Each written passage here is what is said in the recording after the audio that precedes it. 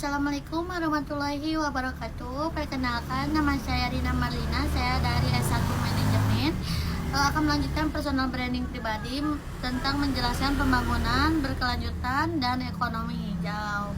Dalam taksonomi 6 pilar taksonomi Bloom. Di sini ada mengingat saya menguasai data dasar pembangunan berkelanjutan dan ekonomi hijau Indonesia, mulai dari komitmen nasional, penurunan emisi gas rumah kaca, mungkin seperti kayak panas bumi, surya, dan bioenergi. Saya mengingat pilar-pilar penting pembangunan berkelanjutan, yaitu ekonomi, sosial, dan lingkungan.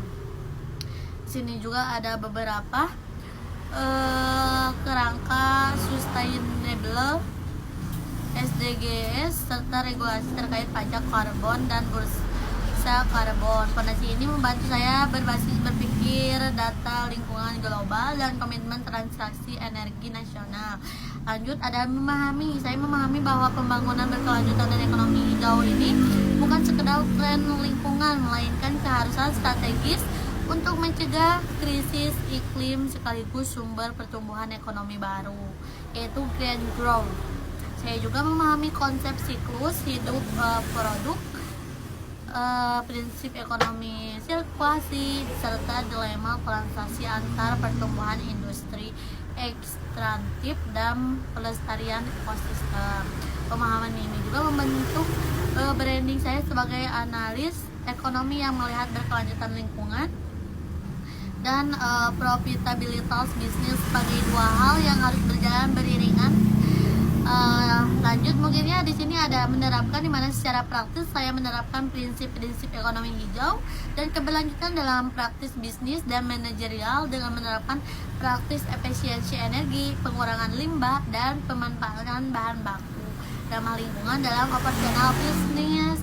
Mungkin ada juga beberapa aspek, yaitu ada environmental, social, and governance atau ESG ke dalam kerangka evaluasi dan pengambilan keputusan bisnis.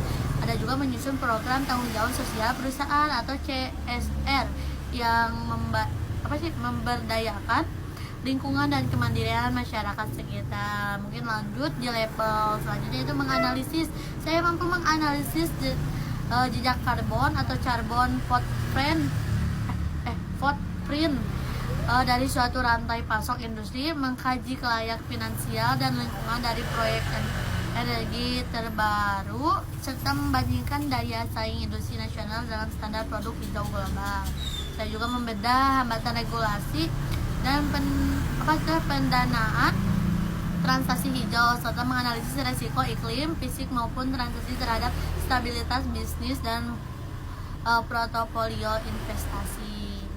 Mungkin di sini lanjut aja ke mengevaluasi. Saya mengevaluasi efektivitas inisiatif keberlanjutan dengan mengukur tingkat reduksi emisi, efisiensi penggunaan sumber daya alam, tingkat kepatuhan terhadap standar ESG, dan dampak sosial ekonomi bagi masyarakat terdampak. Nah, saya juga menilai apakah modal bisnis atau kebijakan pembangunan yang dijadikan benar-benar menyeimbangkan aspek profit, planet, dan people, serta berkelanjutan untuk jangka panjang tanpa mengorbankan hak generasi masa muda. Mungkin yang terakhir ada mencipta. Saya memposisikan diri sebagai arsitek bisnis berkelanjutan dan ekonomi hijau. Saya merancang modal bisnis, sirkulasi, dan strategi transaksi rendah karbon yang mengubah tantangan lingkungan menjadi keunggulan kompetitif. Saya juga berkomitmen mengubah paradigma menjadi peluang baru, mengembangkan inovasi produk ramah lingkungan, merancang ekosistem bisnis yang selaras dengan prinsip ESG, dan memimpin transformasi menuju ekonomi hijau yang tangguh serta berkeadilan bagi bangsa. Cukup sekian dari saya. Wassalamualaikum warahmatullahi wabarakatuh. Bye-bye.